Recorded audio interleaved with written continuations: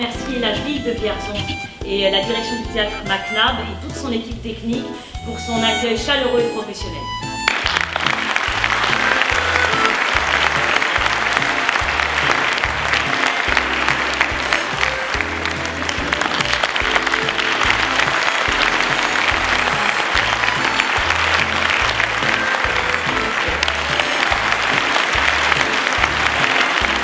Ce qui m'a fait plaisir, c'est qu'il y avait de la jeunesse qui sont venus. Ils avaient besoin de savoir tout ça, vous voyez. Et ça, c'est important pour moi. Quand je les ai vus arriver, je me suis dit, oh c'est bien, il y a des jeunes qui vont pouvoir entendre. Je suis très émue, exactement. Parce que cette femme, je l'ai connue, moi. Moi, j'habitais là, Île-et-Roses, on allait accompagner les vétérans.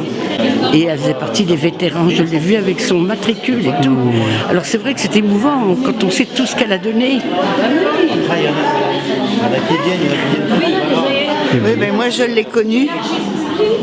Je l'ai connue parce que ma mère a été déportée avec elle à Ravensbrück.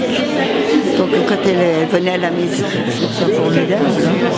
C'est vraiment une très belle page d'histoire. Ça fait énormément plaisir parce qu'on se reconnaît beaucoup quand même dans tout ce qui est dit. Et puis ça réveille un militantisme peut-être un petit peu endormi. Donc ça, je trouve ça très agréable. Je pense que c'est déjà on fait œuvre utile. Parce que parler de Marie-Claude Vaillant-Couturier de cette façon-là, c'est-à-dire sans que jamais on ait un moment d'ennui, et puis alors l'alternance de la description du personnage, du récit de sa vie, et puis des diverses époques, je trouve que c'est une belle trouvaille. Bravo à la comédienne qui est vraiment pleine d'énergie. Et puis choix du sujet. Je ne connaissais pas trop l'histoire de Marie-Claude Vaillant-Couturier et c'est avec un plaisir de la découvrir. Historiquement et de faire un lien aussi avec le présent. À la fin, c'est très intéressant. Très bien interprété et c'est une référence, je dirais, historique, quoi. C'est très bien interprété. J'ai trouvé que c'était vraiment... Moi, ma mère était juive polonaise, toute sa famille, ils ont tous été déportés à Auschwitz. Son premier mari, toute la famille. Ah oui, beaucoup, oui. Ah oui. Beaucoup d'émotions. J'ai eu le privilège dans les années 80 de la croiser, l'engagement de cette femme formidable, et puis un écho avec la réalité, je veux dire, d'aujourd'hui qui nous interpelle. Sur le plan historique, que je ne connaissais pas. Donc, je trouve que c'était bien joué, Voyant cette pièce, de réentendre un petit peu mes grands-parents qui ont pas mal résisté. Quel a été le rôle de Marie-Claude Vaillant-Couturier, qui a donc vécu en Allemagne? Ça, je l'ai découvert.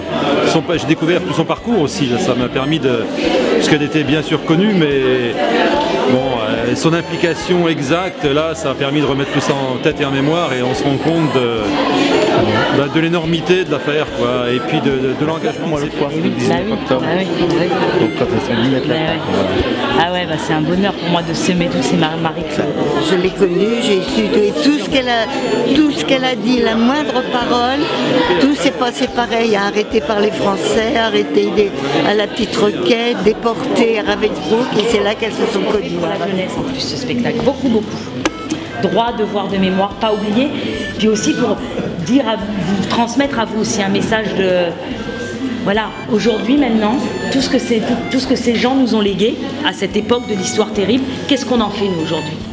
Nous, les hommes et les femmes du monde d'aujourd'hui.